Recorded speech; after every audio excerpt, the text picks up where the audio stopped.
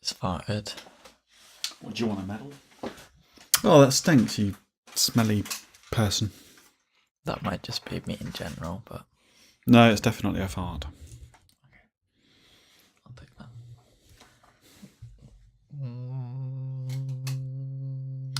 Can we begin the podcast, please? What are you doing? I don't know. Being a lightsaber. That wasn't actually half bad. No, it wasn't. I have found my new calling in life. I mean, I don't think they're hiring Oh, okay. computers to do that shit. Can you imagine in the original Star Wars movie, it's just a guy go, whom, whom. We'd be surprised at whum, what some of whum. the Foley people do. Yeah. For breaking bones, they often snap a piece of celery in front of a microphone. Yeah, for the Jurassic Park egg breaking, they used crackers. Did they? Must be a great fun job. Anyway, shall we? Until you have to punch a corpse. Or pig carcass. Well, that's how they do the punching sounds. Basically punch meat. So it sounds like a thing. Are we going to get started? It's been Yeah, nearly 3 fuck minutes. Fuck off. Fuck you, mister. I can't start until you start. Well, Because you won't let me start. You won't let me start. Just So I have to wait for you. I was just about to start. And then you went, I'm going to start you show. Are you sitting comfortably? Then I'll begin. Hello, Internet. No, I am Firebolt. No, shut Oh, no. up. Sorry, I am the Orbiter. No, shut up. We're doing that again. Are we? Shut up. Because you enjoy it so much. Shut up. Shut up. I feel like today's going to be one of those episodes, isn't it? I will gesture wildly. The pre-intro thing's getting Fuck longer off. all the time. Fuck. Oh dear.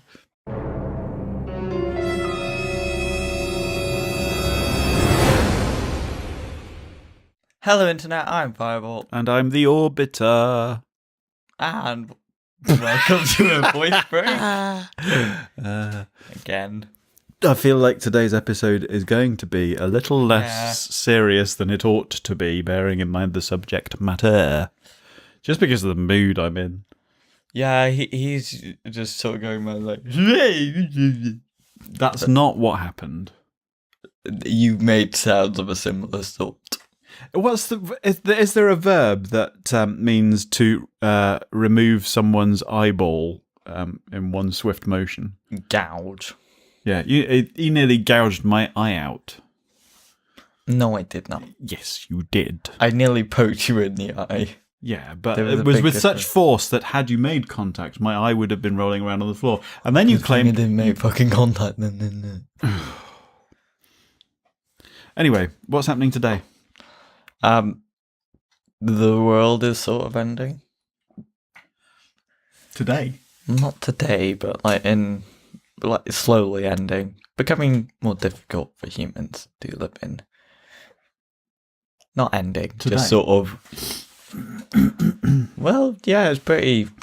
Today it's pretty annoying. I think that polar vortex thing's still going on. And I would say that. Is it? Yeah, I think so. I'll look it up. Have you seen The Day After Tomorrow?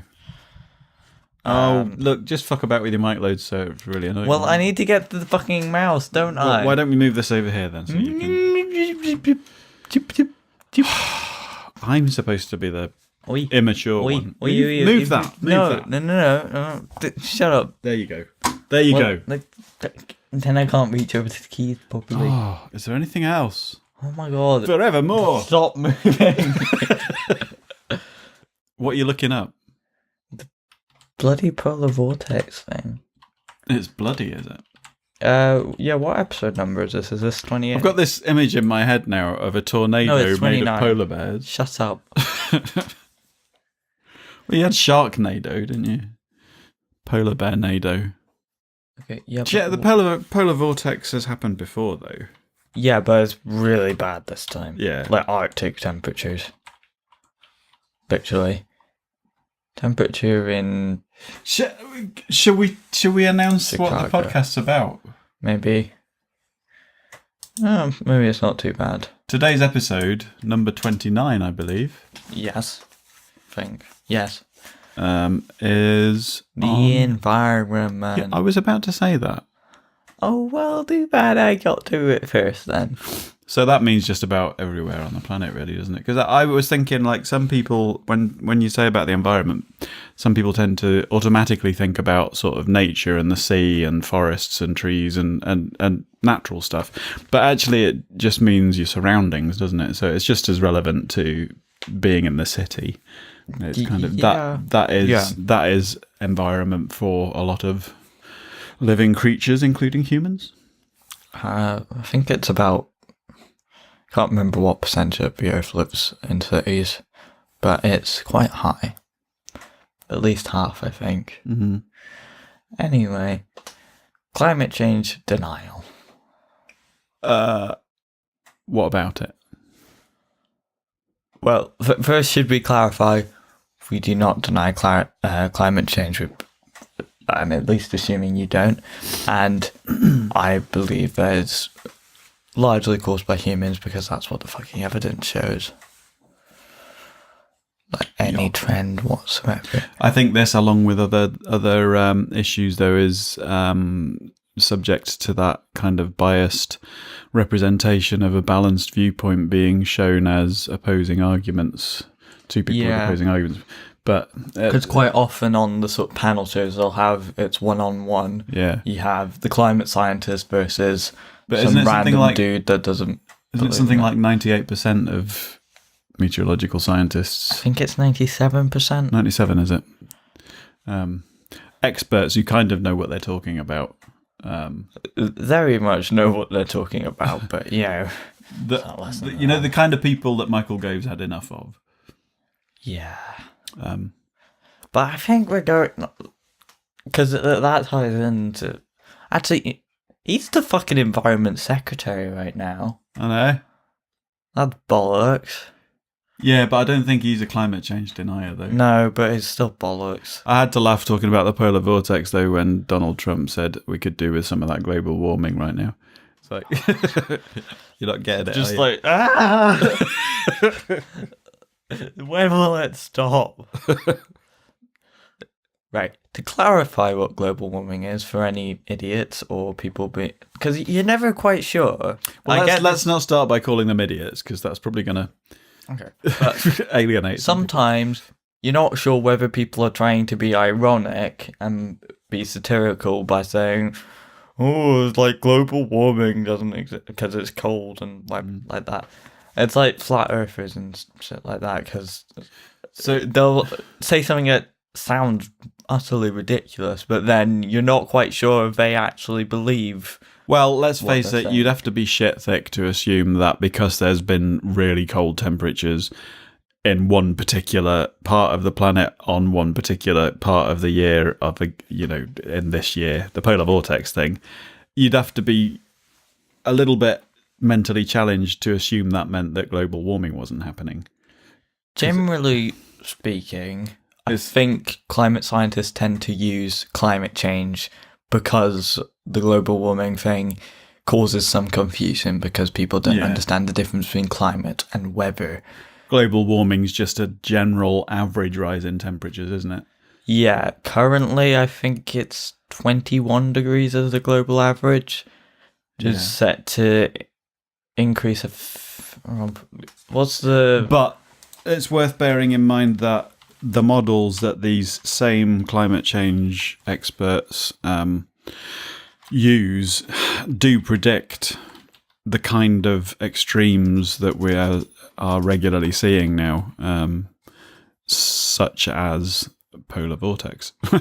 It's like it might seem counterintuitive, but that's just the way it is. We're going to get more flooding. We're going to get more winds. Okay. Here's climate action. We are getting. Okay, so it's predicted to hit... Okay, so currently, what are we at? We're looking at that's climateactiontracker.org. That's our emissions, not temperature line. I did see a report I think this week or last week, that was saying that for the first time, there's a level above which the experts have kind of over a long period of time said, once we reach that average kind of increase in temperature, it's gonna cause catastrophic consequences. Current world policies predicts 3.5, somewhere between 3.1 and 3.5 degrees Celsius temperature rise. Now, from various things, I think we've got to avoid a 2-degree rise. Well, much this particular report I was watching said 1.5. Yeah. So, and we're gonna this year for the first time we are likely to, because it's quite erratic. The line that you see on a graph of the actual temperatures, the actual average global temperature, is naturally quite erratic. It goes up and down throughout the year depending on the current weather patterns. But it's about it's likely to spike for the first time over that. Because I think 1.5.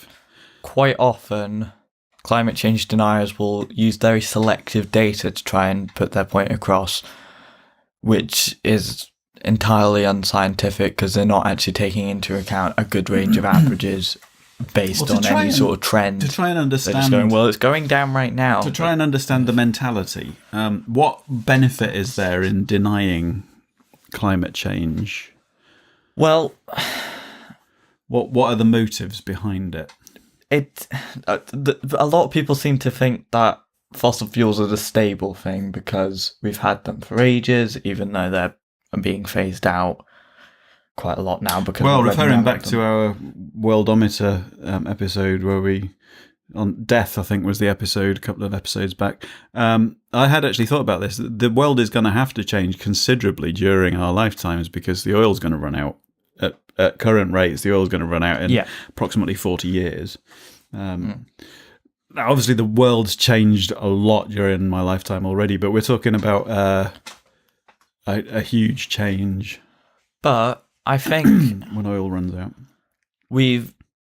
I can't remember exactly when this was, but at some point, I think it might have been 2014, not sure. The Chinese government...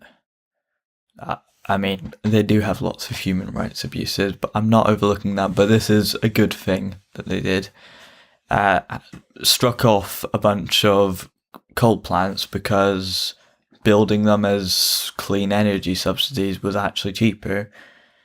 And I think once you actually put the investment in, clean energy will be the more economically viable option. It's getting more and more suitable for our economy and cheaper and cheaper. I mean, obviously, there's the complex issues of providing enough energy for an expanding population, and I think because there's such skepticism of the safety of nuclear energy, that is quite a challenge to meet with sort of solar and wind. In my opinion, nuclear energy is fine. Like, it's pretty fucking safe if you know what you're doing.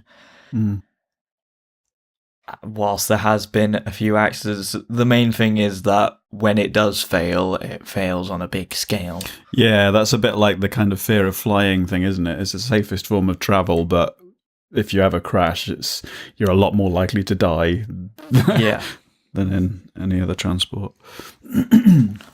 But I'm assuming that there's now been safeguards put in place based on what's happened. What was that?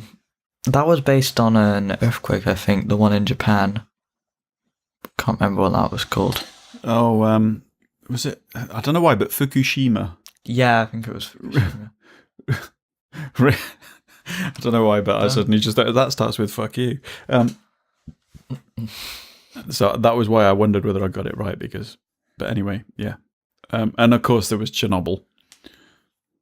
Yes. And the What was the joke about that? I don't know. What?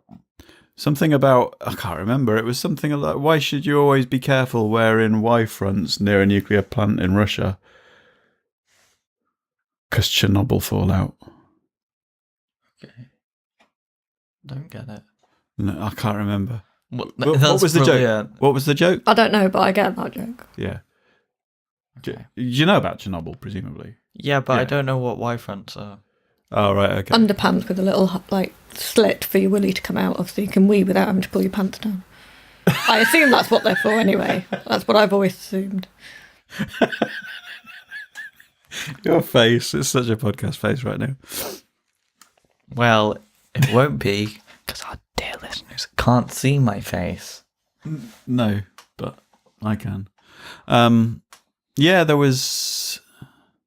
I don't know what I was going to say.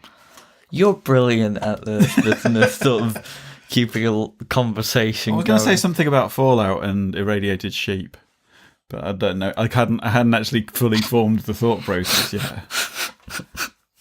There was some radioactive fallout from Chernobyl. Yeah. Here. A lot. Yeah. Yeah. I lived in Germany at the time. Was there not? Well, yeah, but that's not here. Yeah, but I lived in Germany at the time, and people there were exposed to it much higher. So there were presumably a lot of change in the statistics of cancer, in the ensuing years. Right. But apparently it's now completely safe in terms of radiation, but you still can't go there because it makes you go insane. What? Being there because of just, it's basically a ghost town. But I'm sure that wouldn't make you go insane. It does. Yeah. What, being in a deserted town makes you go insane? Yeah. We've been in a deserted theme park, and that didn't make us go insane. Yeah, but there were... Right, I'll look up the thing. I'm sure. I think it's called Chernobyl syndrome. I'm sniffing a conspiracy. No, it's to do... It is real. Yeah, of course it is. Okay, Chernobyl syndrome. The use of radiophobia. Okay, I don't think that's what it was... Oh, I think it was Veritaserum. What are you talking about now? That's out of Harry Potter. No, it's a YouTube channel. Veritasium. There's a guy walking around Chernobyl there. Are you making it up? I'm not. Are you? Oh no, it was Tom bullshit? Scott. It was Tom Scott. You come well prepared. Shut up. You can't even finish your fucking sentences, so... I don't know what you mean. There we go, Chernobyl. Who's Tom Scott? How to visit Chernobyl. Nope. Radioactive bananas. This is Tom Scott, How to Visit Chernobyl. I think this is the video I was thinking of. What are you doing? Trying to get the volume up. It doesn't seem like they've gone insane. Yeah, well, you can't spend too long though. What are you talking about too long, though? The workers that went back there after it had been... The workers that went in to clean up. Yeah, I know they insane. could, but that was when it was radioactive. No, when it wasn't radioactive. When the radiation had cleared and they went in to clean up, they went insane. Did they? I think. In 1986, I can't remember what it was then. The only other one I think it could be was Smarter Every Day. I don't know then. Okay, so I have no clue what that was about. That was an entirely wasted segment. We don't have segments on Shut Breaking up. Bollocks. Yeah, well, entirely wasted bit then. What's happening with the Great Barrier Reef? Has that grown back at all? That was dying, wasn't it? Probably still dying. They'd managed to do some... There was a worry for a while that the coral reef was dying up. I suppose it's an example of where repairs and relief can be made, where an environment's been damaged by human activity and can be kind of repaired. Yeah, but there's not really been put enough effort into that because people are a bit too interested in short-term goals. Yeah, well, that's capitalism for you, isn't it? Yeah, and to keep just... Whenever I see a sort of target for cutting carbon emissions or banning diesel cars, it's always the next administration. Like, I have to say, well, if we win this I mean, election, some then countries sure. seem to be more on the case than others, but I have recently We're sort of medium range. been We're not as bad as a little America. annoyed at being interrupted. Well, I'm talking. Okay, now, bitch. But the sort of superpowers like America, which recently, a couple of years ago, I think it was, pulled out of the Paris Climate Treaty. I think it's that. And from what I know, Russia's not brilliant. China's not brilliant, even though it is doing a lot for renewable energy. It's still got a very large population and it is still polluting a lot. And also, I've heard that Canada's policy isn't brilliant on climate change. Canada, that surprises me. Yeah, there's the author's just looking up.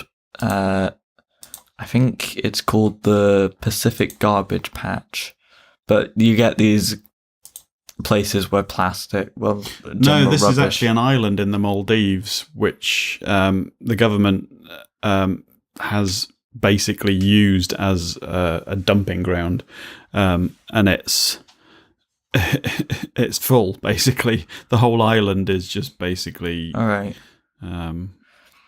But you do get these sort of makeshift islands that, and it's begun spilling into its pop up lagoon because of the way that the convection currents work. Yeah, They all just sort of pool in one place. that's to do with the plastic thing, and I am slightly dismayed by the slow speed that things seem to be happening with the plastic bags and stuff like that. It just seems I just think that seems we too have slow. quite a need to shift our cultural attitude towards it. Well, We have that sort of attitude of, well, someone else will do it, it'll be fine. Like, it's not all my job. Like, what's the point of it? That sort of thing. I mean, but it does seem strange to me that I mean, I know there are rules in place that are going to come into effect to make single-use plastics illegal at some point. 2021, I think. Is it? But it's Or like, at least, because I'm actually part of an environmental group in my school, which is actually sort of part of a larger exchange program. I have no idea why they picked my school. It's kind of in the middle of nowhere.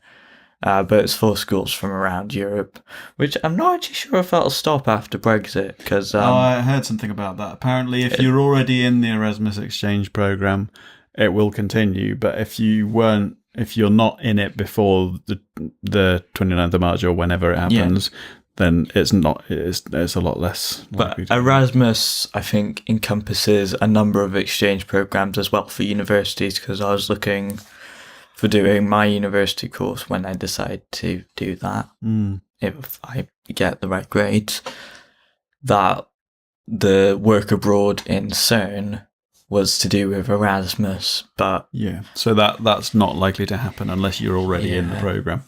I would hope that they would set something else up, but you'd hope so, but like they might have bigger worries. But it's another way that it shows just how directly Brexit will likely influence my future, at least. Yeah. Yeah, but I mean, things like rubbish bags, bin bags, bin liners and stuff like that. Just on a slight side point, it does kind of annoy me that McDonald's charge you 5p for their paper bags. It's like, yeah, that charge was supposed to be for plastics, but never mind. Anyway, yeah, I mean, Co-op have moved over to the biodegradable ones for the single-use bags. Yeah. Which are the same as the ones you use for the food recycling. So I mean, if they can do it, I don't see any reason why it can't be done across the board, Well, because that means that they have to deal with the politics of people going, oh, but I don't want to pay 5p extra. Well, you have to. I mean, I'm talking about stuff that you actually buy anyway, like bin bags and stuff like that. Alright. There's got to be other options. There are, but from researching for that Erasmus group, quite often they are more expensive. Yeah. For example, In the short term. yeah. There's a company we're using for our canteen. Sort of, I don't think we're using them for the canteen cutlery yet, but we're using them for the containers that you eat out of. Yeah. And we've currently got metal and wooden alternatives, although the canteen staff aren't exactly very willing to change, so it's kind of a bit of an uphill battle because it tends to be a sort of thing where you have to ask to get the metal or wooden cutlery. Yeah. It's like bamboo cutlery, not just have a wooden spoon. Yeah. And that can be put into, I think it can be put into food waste, that. Right. We're also trying to get more like plastic solution, but it is biodegradable, from a company called Vegware, Right. which sort of, I think it's sugarcane that they use. Mm. And then once that gets put into compost, then that can be used as fertilizer for new plants, and that Surely a lot sort of of cycles. surely a lot of these alternatives will become cheaper as they get adopted more. Yeah, 'Cause mass you production need is to always put in the cheaper. investment, Mm. but it's difficult. But one of the criticisms of that I've heard quite a lot of the Erasmus program in my school is because you go and visit each school like hosts. So I think it's 5 from each school go to each other school. It's usually different. I'm looking forward to, and I don't think it's going to be that long. I'm hoping it's not much longer. I'm looking forward to a world where most cars or most vehicles on the road are electric. Just partly from a noise pollution point of view, Yeah, because if you get, because I don't know, some people tend to like really like the sort of revving engine sort of thing, but it's just horrible. It's like, yeah, you just is it? If you get a big lorry next to you, you can't even hear the people speaking. Yeah. And I suppose that's another thing that's a factor with the environment is light and noise pollution. Yeah, but light pollution as well. Like the night sky. I remember when I was a kid, there being a lot more stars visible down south. I mean, like when I've been down there recently, you can't see any stars pretty much. Around here, because we do live in the country, even though there's rarely clear nights. But when you do get a clear night, you can generally get quite a good view of the stars. But even here, like, see, when I was working as a courier, and I used to get out into the remote parts of the Highlands sometimes, it's amazing how much. Unfortunately, see, we did that trip, didn't we, up Mount Teide in Tenerife? Yeah. Unfortunately, it was a full moon that night, so we couldn't really see the full extent of it. But being able to see the Milky Way, the light band of sort of haze across the sky, is quite something when you've struggled to see a single star in some places, But I think there are some areas in Scotland, I don't know about England, but they're developing areas that are sort of protected from light pollution. Which is a good thing, I think. Yeah, because it makes it more difficult for studying the stars from the surface of the planet, doesn't it? Yeah, generally observatories have to be built on mountains. Thank you. A lot of the time that does have to be done for cloud cover, but Yeah. I think it's becoming more and more of an increasing problem that it's the light pollution. Well, I see NASA's announced that we're going back to the moon and we're going to stay, apparently. Yeah. In the next 10 years, the idea is that they're going to start... Well, they've put projects out, they've put contracts out for sort of shipping things up there, private companies shipping things up there so that they can... But I think they can have a moon base would be quite essential for a long-term Martian colony. Yeah. Because it's just easier to build on the moon. I mean, it's expensive to ship the resources up there. Yeah. But you just got a bunch of space, really. I'm assuming somebody's working on the technology because, we say about the oil running out, and that's obviously going to have an effect on cars and stuff. But rockets use a hell of a lot of well, that's the thing. Combustible. We do need oil for some things. So, that's not. No matter how well we do, that's not going to be around forever. So surely they must be working on other forms of propulsion to get us clear of the Earth's atmosphere. I mean, this may be in the realms of sci-fi, but I've heard like hydrogen thrusters. Right. I mean, that's also thinking in that realm. We're talking about the environment. There's a lot of debris up there as well, isn't there? Yeah, that's a major problem because there's a lot of space debris, and I think it was in 2017's Earth Day, NASA acknowledged this as a major problem. Which might not seem to be a lot, but I think if you've watched, what was that film? What was the film with Gravity. Sandra? Yeah, if you've watched the film Gravity, thank you, Star Stuff. It's not so much about the size or the quantity; it's about the fact that it's going so fast. Yeah, like they're essentially bullets. Yeah, a tiny piece going into a satellite could bring it down, and then a bunch of other satellites get brought down by the debris of that. So it's sort of a chain reaction. So we really need to think of ways to clear that before we send more stuff up there.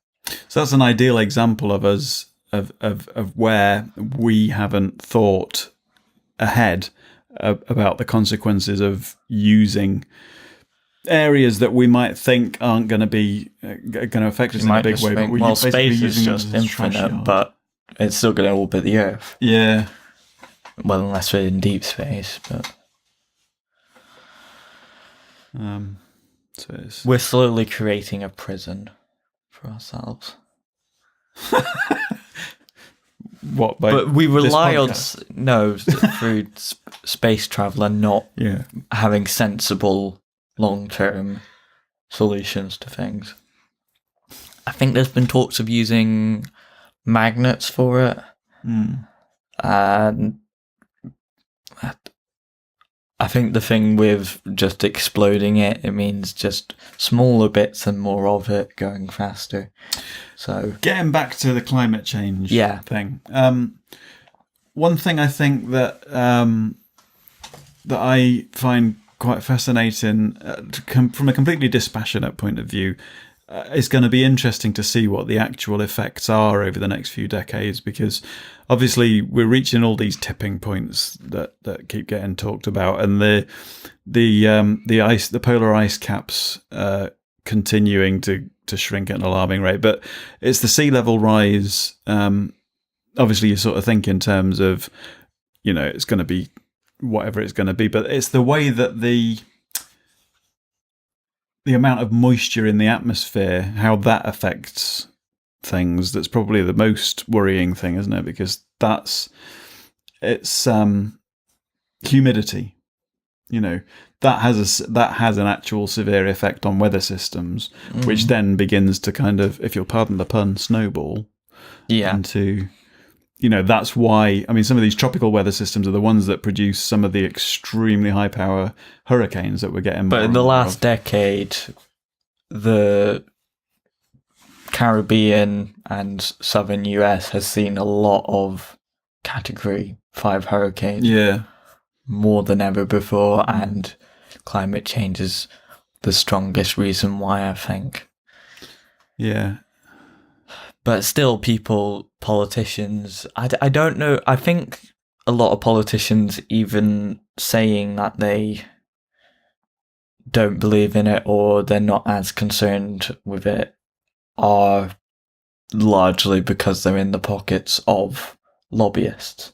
Yeah, and corporations whose Because America's short-term still got financial... quite a large coal industry, or at least the people that head it up are still quite powerful. Yeah, I don't know.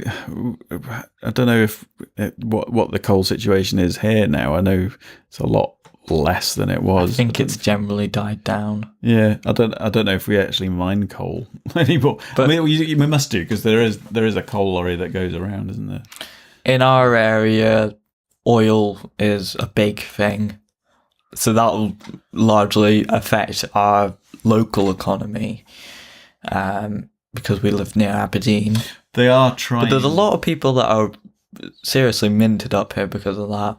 But they are. I think they are realising that that's not going to last for. In fact, we have had a big local downturn. A lot of the oil companies have shed a lot of jobs. And property prices is a big problem because we're running short on nurses. I know the NHS is generally falling apart because of Tory cuts in general, but we're also particularly running short on nurses because they can't afford to live here because it's in such high demand because of the oil industry. Mm. But they are trying to replace, I think, slowly sort of build the infrastructure and the kind of service industry kind of economy locally that will hopefully take over from that to a certain extent. Because I do remember, I don't know if I've mentioned this before, but you heard of a town called Corby in Northamptonshire, which is near where I lived. Kind of. It was basically it was a really weird place because when the steel industry was doing really well, they basically just moved a whole load of Scottish people into this new town in Northamptonshire called Corby, where they had like a big steel works. Because a lot of the Scots were kind of already doing that kind of work. So there's basically this big company opened this big steelworks. I can't remember what company it was, but Corby was basically a little pocket of Scotland in the middle of England. So you've got all these people that are like because Scotland's got quite a large engineering background. Yeah. But anyway, as the steel industry died out, basically you've suddenly got this whole town pretty much jobless, just stuck in the middle of England. It's kind of. But you see that a lot in America as well. A lot of dilapidated places that it's just dead industries. And the towns have just been sort of left behind by capitalism. Isn't there a lot of stuff about cheap Chinese steel that's kind of... Yeah, but with that whole Brexit thing, most of the time we voted against putting tariffs on it. Yeah. And yet we still complain.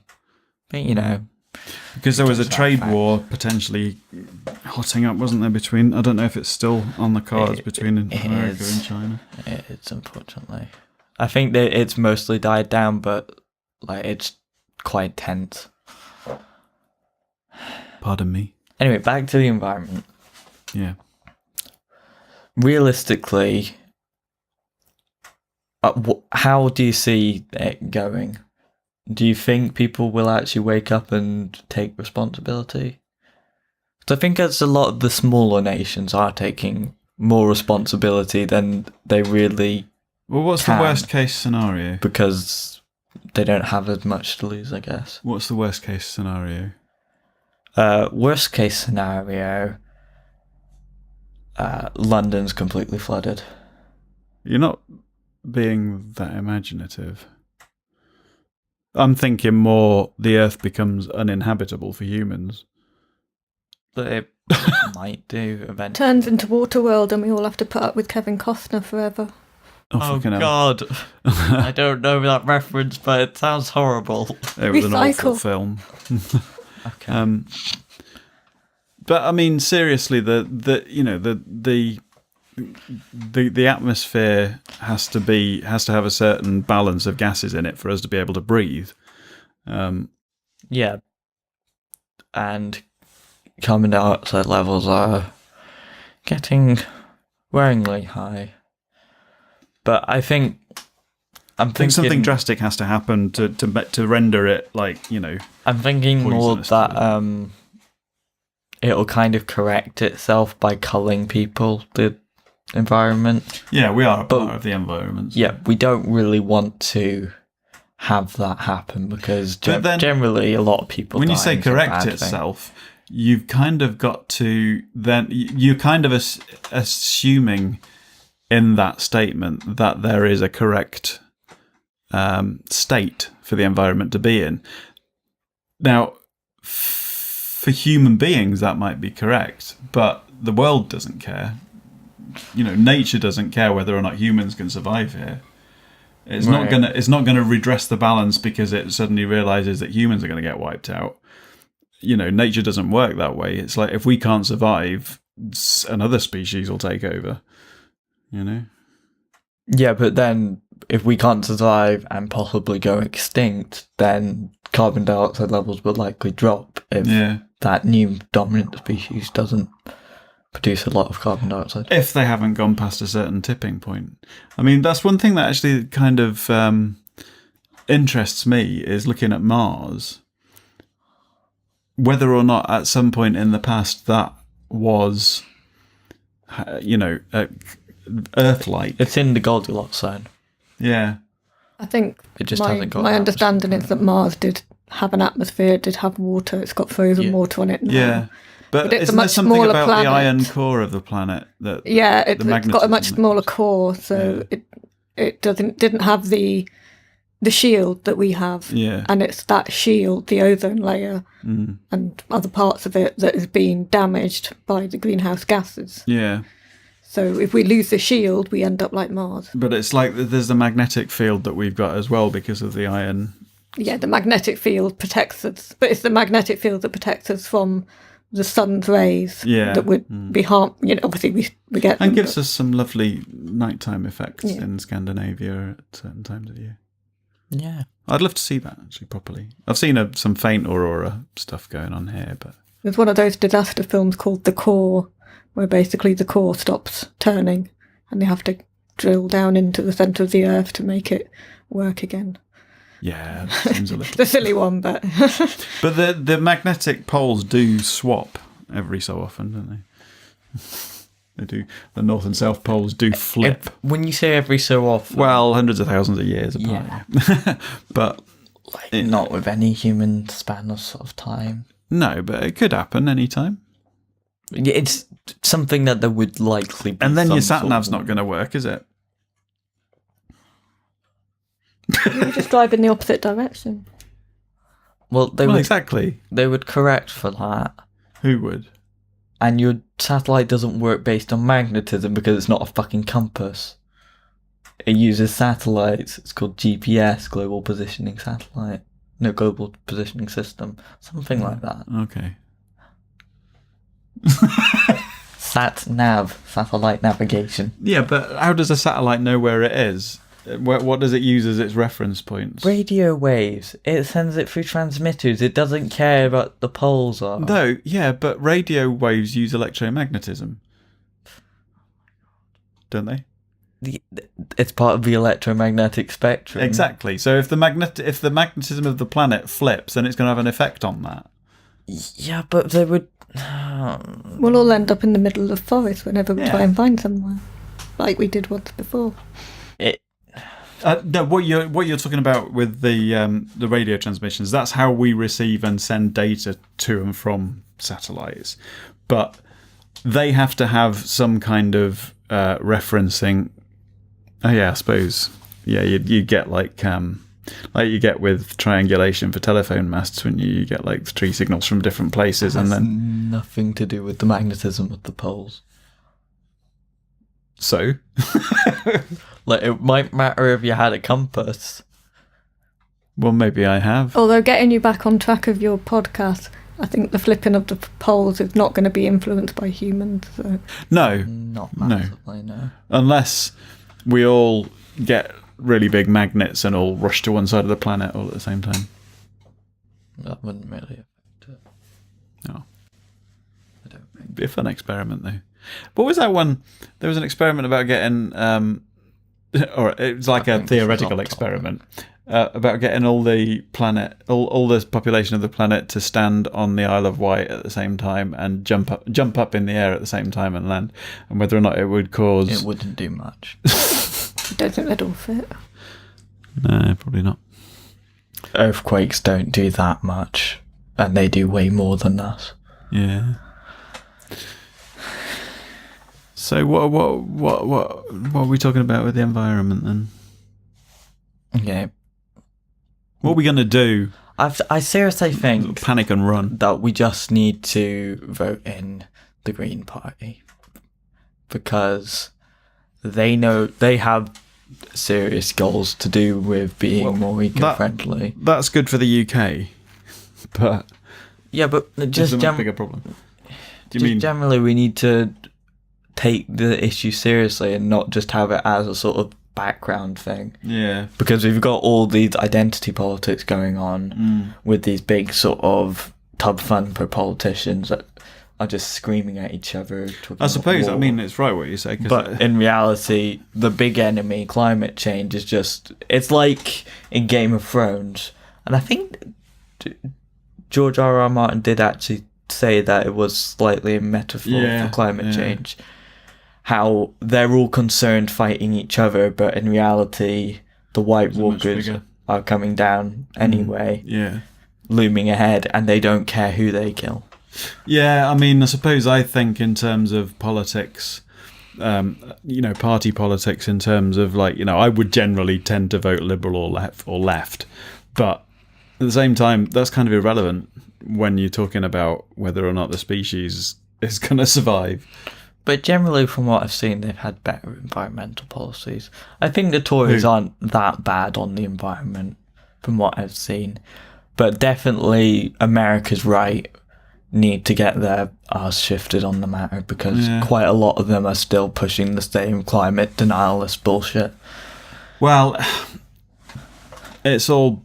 I kind of despair at the politics over there, because you've got people at the moment protesting to protect their rights to not vaccinate their children when there's 90 measles cases in this local area.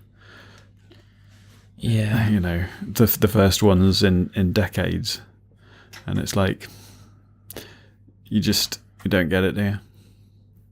Yeah. Oh yeah. How did you see that? Your sister showed me a cartoon on Facebook of how does an anti-vaxxer communicate with their children?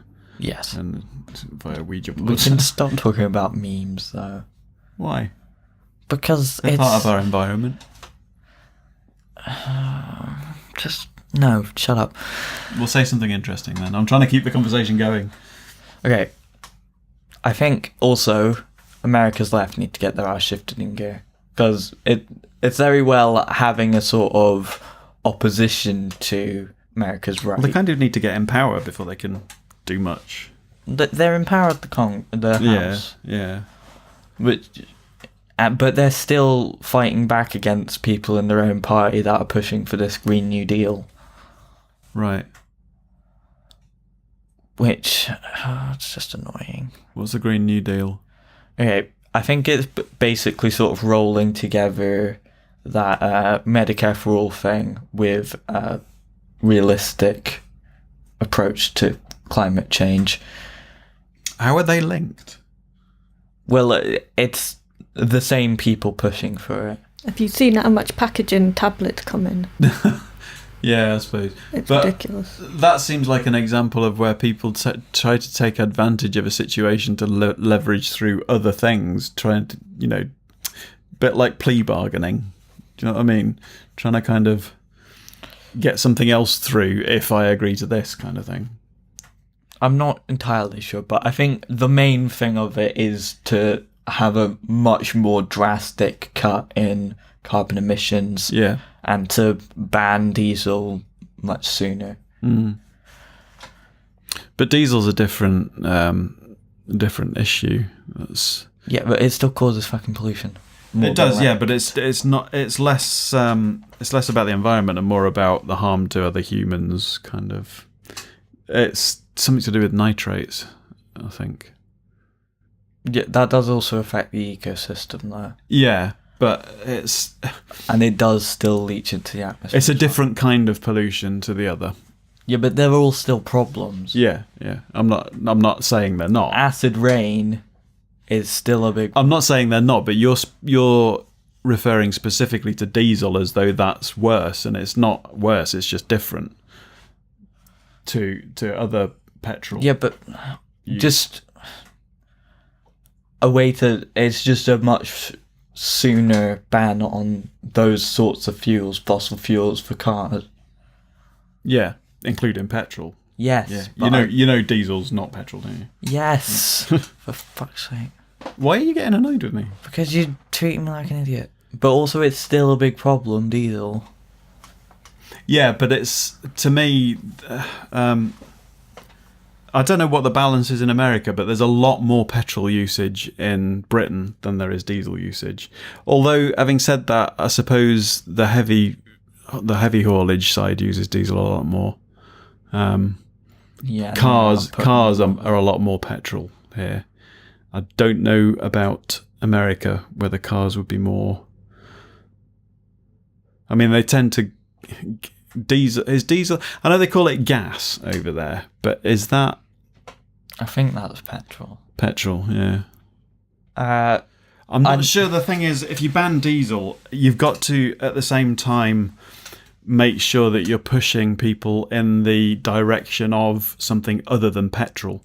Because it's no good saying we're going to tackle the diesel issue, but there is and then also everybody ends up switching to petrol. A problem with electric cars, where if your source of electricity isn't clean, then that's possibly even more problematic. And also, I think that Adam ruined everything. I saw something about if you shouldn't just like buy a new car just because it's slightly more efficient than your old one. If you already have electric. Depends what you mean by efficient. Yeah, to a certain extent. But the problem is, once your car gets past about, very roughly past about 5 or 6 years old, it starts to cost a lot of money in repairs. Yeah. So it's not just about the efficiency of your fuel consumption and stuff like that. It's the overall cost of running that car at that age. And again, that's tied up with the environmental issues of then scrapping, because cars aren't small, are they? No. You've got a lot of material in there. I think you can recycle that. Yeah. I think there was something as well, because now they're not going to be building any new landfills in our council area. They're going to have to start recycling it all. Or they have incinerating. They have agreed a different schedule now, a 3-weekly cycle with the bin collections, so that you've got paper and plastics 1 week, metals and something else the second week, but you're only getting the landfill rubbish collected once every 3 weeks now instead of once every 2 weeks. And a few years back it was every week, so it's moving in the right direction. It's just not... I think with everything that we've talked about, I think the key is a holistic approach, isn't it? Because it's no good tackling one part of the issue if you don't then put in place an alternative that's an improvement. You know what I mean? We did mention this in our animals one, which was episode 20, I believe. Did you say this was 29? Yeah, it's 29.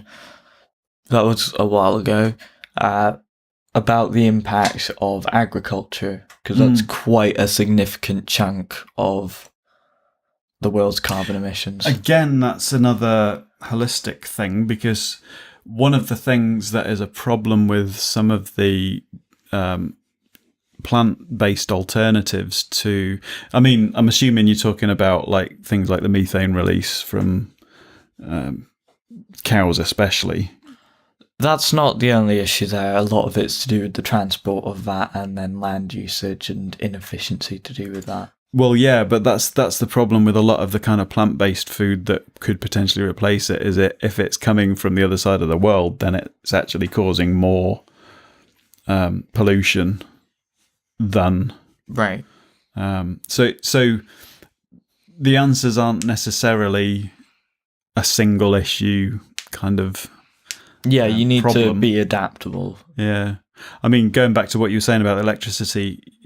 If you're pushing people into using electric cars, then you need to also be making sure that the clean energy is available. Generally, from what I can tell in the UK, clean energy is becoming more and more dominant. Yeah. There are still coal plants going. And I don't get this thing about people complaining that wind farms look ugly. Personally, I think they look quite nice. I do. But I don't get how that's more ugly than a massive coal plant spewing out noxious gas. No, I think. I mean, you don't see like old paintings of windmills in Holland and think, God, they look ugly, do you? I know they're not the same thing, Yeah. but it's a similar kind of concept in today's terms. It's. I actually think they're quite beautiful because when you look at them, they're not ugly. Anyway, they're not monstrous looking. I find pylons and electrical sort of wires between them more ugly, and people have got used to those. But I think when you see them, it's a reminder that we are making some positive changes. And I think there is, because they do generally need to be built in the countryside, an increasing attitude, as with most things, towards the not in my backyard kind of thing. Just meh. I mean, I suppose I can. Part of the reason they've got to be in the countryside is I know they don't make a huge amount of noise, but if you live pretty nearby one, you'll be able to hear it. When it's. Although having said that, you'd only really hear it when it's really windy anyway. Wouldn't Quite a lot of farms around here. Yeah. That have small wind turbines on their properties. People should just have just have small ones and sell it back to the national grid. Yeah, I think if we have better incentives as well, then that'll help. Well, they used to have that for solar power, but I think that government initiative's ended now. But obviously solar power, they used to help fund you getting it or something. It's almost like a community kind of energy grid. They also need to act, because I think it was when Theresa May was in the Home Office, the government was handing over quite big contracts to a fracking company, which her husband headed up. All right. That's not surprising. What a conflict of interest. Yeah, there's quite a lot of dodgy corruption stuff with fossil fuel industries having various parts in government just, here's a little bit of money so that you don't hurt us. I'm noticing that sort of trend where it tends to be the far right that are cheating and being corrupt, from what I've seen. In America and the UK and across Europe, it seems to be more and more that. I suppose it depends what you mean by corruption, doesn't it? I mean, me and Mum are watching a series at the moment, Narcos, on Netflix, talking about Pablo Escobar, and he actually ran to be, or wanted to be, president of Colombia, but because of what he was involved in, it didn't. Well, as far as we got so far in the series, it wasn't possible. But he gave a lot of money to the poor, and he was known as a kind of a Robin Hood kind of character because he basically invested. He got so much money from drug trafficking that he couldn't get rid of it, basically, so he had to give it away, and he invested a lot of that money in the local community and gave to the poor, and did good with it, but it's from a corrupt kind of source, if you like. Yeah. And that's why America didn't like it, because basically there was millions of dollars being siphoned out But of their like economy. with this, in America, with this net neutrality thing and with the fossil fuel industries, it tends to be that the reason that the Republicans keep making these policies is because they're the ones that they've managed to get the money Yeah. for. It's all about money, innit? Yeah. Money. But I think generally, as a population, and we do need to also incentivize corporations to do their part, because that will make a big difference if the things that are actually available to us are just automatically more eco-friendly. As a population, we need to be environmentally conscious, like having a meat-free day, that sort of thing. And just being aware of what we're doing to the planet. Why are you looking at us? Oh, it's just because he said a meat-free day, so it's like... What? Was the first time I've heard him mention anything about that, so... Right. Which I'm more than happy for. I'm not really into it myself, but if you guys... We have meat-free meals quite often. Yeah, I'm... But it's as much. I'm less convinced by the arguments for that, but it's a general cut down, because if you're not eating that much, from a health point of view, I would consciously try to eat less red meat now than I used to. Yeah, but I don't have anything like morally against eating meat. Yeah, but it is, and because if it's like a meat-free day, then it's more of a thing where it's conscious cut down to your... Well, yeah, but I suppose what my point would be that we probably already do, but just without making an issue of it. There's days when I'd look back at what I've eaten and it'd be like, if anything, I've probably had a couple of slices of chicken in my sandwich or something, but right, not like, I would, but again, it's from a health point of view. I would agree that if you're constantly eating like steaks and burgers and sausages and stuff like that, then you probably got more to worry about than the effect that it's having on the environment, because the environment's going to kill you off anyway quite quickly. Yeah, but we just need to be generally conscious about what we're doing to the planet. Through that's just one example, but as well as actively looking for the alternatives, because quite often they're not readily available. Yeah, and making sure that you're recycling. And I think another thing which applies just as much to anything that we buy is the packaging. Yeah, that is quite a big issue. Like when you get Amazon packages, and I think on the website I was looking at, it's sometimes 10 times the size of what the product is. But it's what it is as well. I mean, yeah, if it's a recyclable thing, then fine. But why?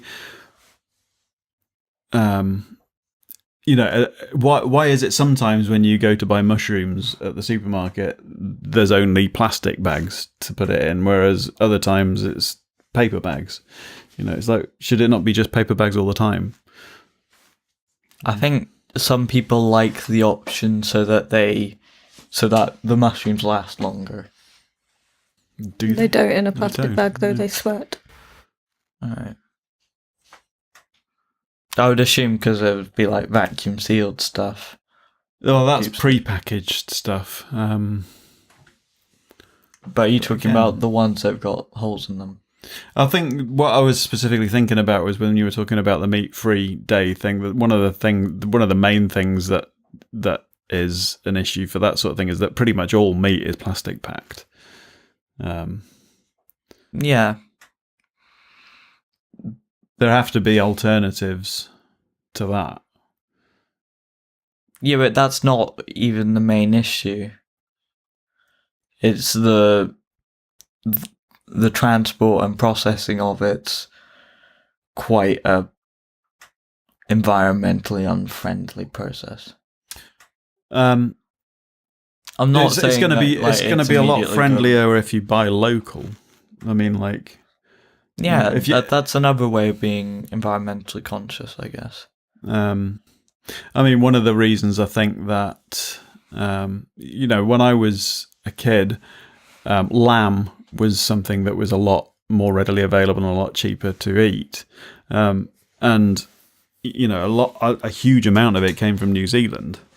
And probably one of the reasons why it's so expensive now is because if you're having lamb, it's either going to be more expensive because it's local or because you can't get it from New Zealand as nearly as cheaply as you could back in the 80s, because it costs so much to get it here. Yeah. So, when you go to a supermarket, you've always got, or most of the time, you've got the choice between whether to buy local produce. Yeah, but from what we've seen, just having the sort of market decide, well, is it actually cheaper, isn't going to be enough, because where we're currently headed is a pretty fucking horrible place. Like, just shit weather all around. Very to be fair, most of the meat that I see in Tesco locally is Scottish produced. It still doesn't stop that from being quite a polluting process, though. What is polluting about the actual process that's more polluting than, say, not buying Scottish strawberries? Like, they've still got to be transported the same distance. I think it's to do with the feed. Right. And the fact that they've got to be kept for so many years. Yeah. And that's a lot simpler. Using animals, you have to grow field full of wheat to feed your animals or whatever to feed your animals. To feed you. It's generally more efficient. You could eat that field with plants. And that would be enough to sustain a certain number of people rather than the same number of people. Yeah, but when we were talking about this in the animals podcast, I did look up a lot of the information, and to land area, you actually get a lot better nutritional return from a meat product than you do from a plant product, based on the amount of land that it takes to produce that. Where did you see this? Okay. It was to do with the vegan argument. But I'm not talking about veganism. I'm not even talking about vegetarianism. I'm just talking about being generally... No, I know you're talking about the environmental. I'm just saying it's not as clear-cut always. Yeah, it's not always going to be black and white. It's taking everything into account. And it's not always going to be the most environmentally friendly option to have an electric car. Buying a new car is generally quite intensive on the environment. Even if you already have an electric car and you want to get a new efficient one, that's what I think that Adam Ruins Everything thing was talking about. Well, this is becoming, a relevant point with the departure of a lot of car manufacturing plants to elsewhere. Those cars, if we're going to buy them, are going to have to be transported here from where they're being produced. Like Nissan's closing down. They're not producing their X-Trail in Sunderland anymore because of whatever reason. I mean, it's been blamed on Brexit. Whether or not that's true is in debate, I think, because there was also something about diesel being on its way out as well. But I think politics, isn't it? Yeah. But the point is, for money's sake, stuff is being produced elsewhere when it would be cheaper at the time on the environment where we need at the time when we need the most leadership on this issue. We're electing people that are just looking the other way and sticking their fingers in their ears. The Conservative government, I will admit, isn't too bad on the environment. It could definitely be a lot better. But particularly in America, that's just an issue where one side is just not really dealing with the issue and the other side is doing bare minimum. Some aspects which I support of their part of the Democrats are arguing for a more suitable solution. But I think a lot of people just have that sort of short-sighted, oh, but if everyone else doesn't do it, then we're going to be left in the dust as an economy. Yeah. I think there's a lot of that attitude of that it's not cool to care as well. You sound like you're speaking from personal experience here. Yeah, well, especially with my age group, there's a lot of things to do with not wanting to really stand out, I guess. So that Erasmus group in my school isn't the most popular thing, and I've had some people being quite arsehole about it. I don't know what it's like. But just a lot of people in general just not really I have to say, if there's anybody in that age group listening, you're going to find yourselves being the ones standing out if you don't take a stand, because the rest of the population is kind of getting on board with this shit, and certainly as time goes on, you're going to be slowly. Yeah, but you're going to find yourselves on the wrong side of history. Yeah, I feel like there's going to be a lot of sort of regret of, well, why didn't I care more at the time? Because it's going to, like, each action's going to really because people like that tend to find someone else to blame then. Yeah. But it tends to be this thing of, oh, well, it's someone else's responsibility. We all need to take responsibility, and we need to force corporations to take their fair share of responsibility. Admittedly, a lot of them are doing better than they have been in the past, but they still need to do a lot more. There are a lot of corporations that we just kind of don't, that we just let have unfriendly policies towards the environment. Well, as a consumer, all we can do really is be aware of which it's they just are and awareness, act and accordingly. Giving a shit. Because if we don't give a shit, then the world will take a shit on us sometimes. But there are some people that have the ability to do that, though, and other people need to be told, need to be made to comply. Yeah, but I think that the people that need to be made to comply are the ones that bury their head in the sand and assume it's somebody else's problem. But also, I think quite a lot of the time there is necessarily the best education. And in some ways, they're correct. Because if you're the kind of person who thinks that it's someone else's responsibility, then it is someone else's responsibility to make you do the right thing. So basically they're saying, well, I'm not going to take the choice to choose to be environmentally friendly. They're going to have to force it on me. If that's the kind of society you want, if you want to be regulated, but that's what the government. Freedom, that's what the government's beginning to do. Yeah, I mean, because they're realizing that people don't have the responsibility to make the correct choice for the planet. So, well, it's just a big ball ache trying to get people to do something just automatically by giving them. But at the end of the day, if it's going to be a case of survival for the species, they're going to have to be made to do it, and then people will be what about our civil rights? I don't think it's an extinction thing, and I don't think that many serious people will be complaining that their civil rights are being infringed upon because they can't have gas cars. Although, it wouldn't surprise me. Maybe not here. People, I think, in general, kind of know deep down the way things are going. But I think sometimes they need more than just being advised. Then you get all the issues with geopolitics and Saudi Arabia and giving money to them to make more oil and all that shit. Well, maybe we should save that for another podcast. The fact that Venezuela's kind of gone to shit because it's ran out of oil. Venezuela's got the biggest oil reserves on the planet. Yeah, well, it was running out of oil and it's being outcompeted by Saudi Arabia. That's largely why it went into economic recession, I think. What I'd read was that Venezuela has the largest oil reserves on the planet, and that's why the US is so interested in making sure it doesn't collapse.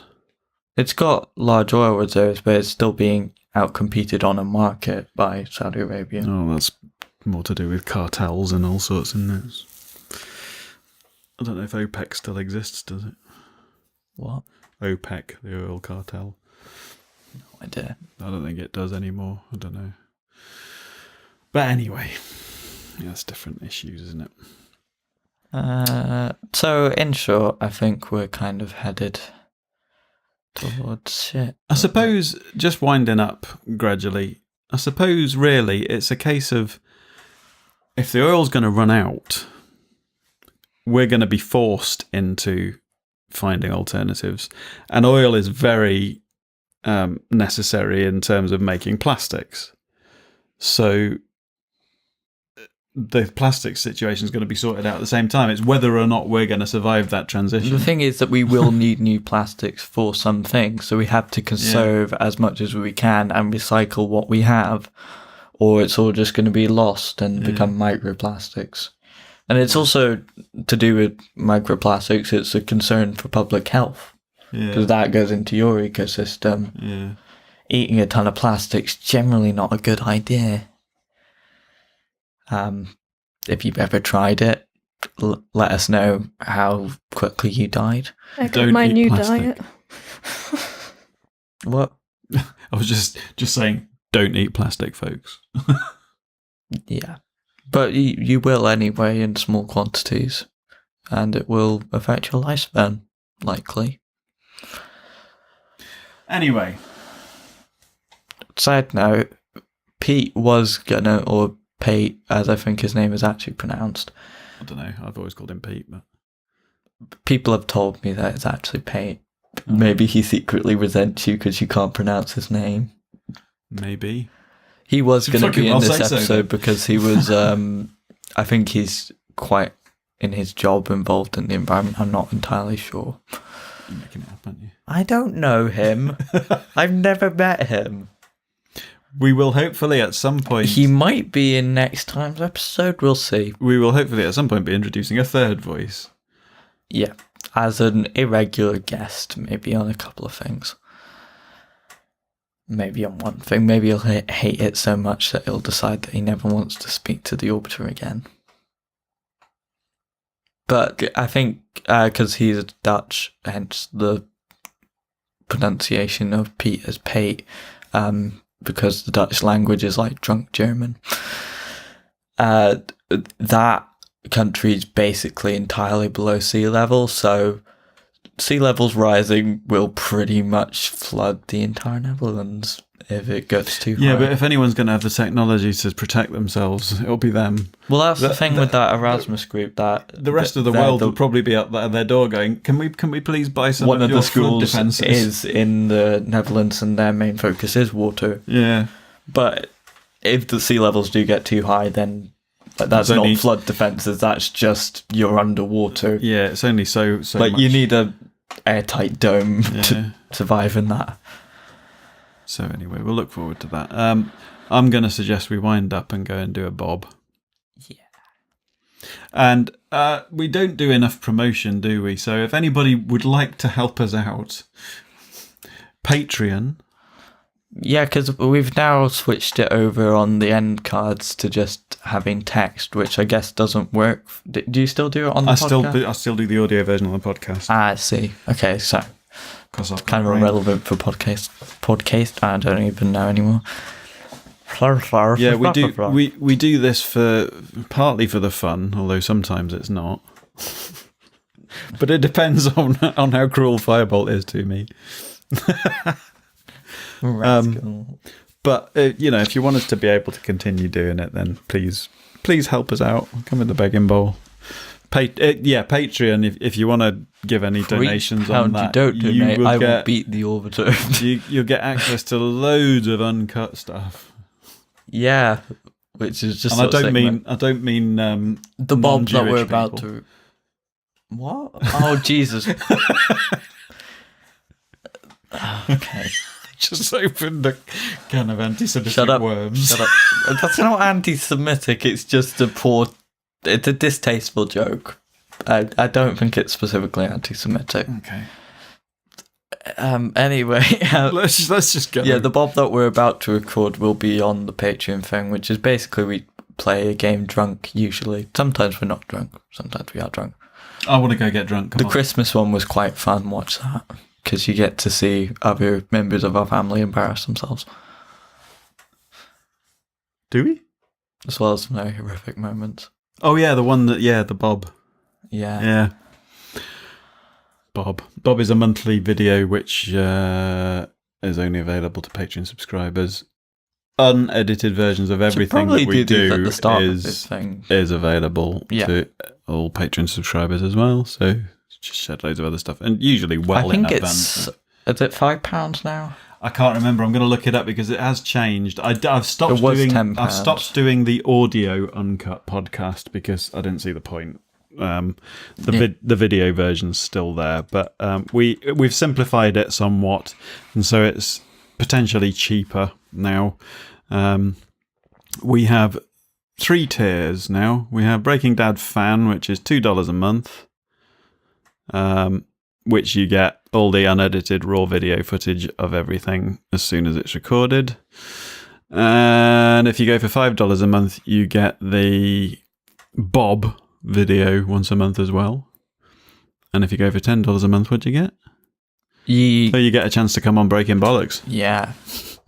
Except for Pete, he gets it as a special Well, because he bonus knows us. because we know him and he's always nice to us. Well, I've never met him. Well, although I be nice have to had you a then. Twitter conversation with him. There you go then.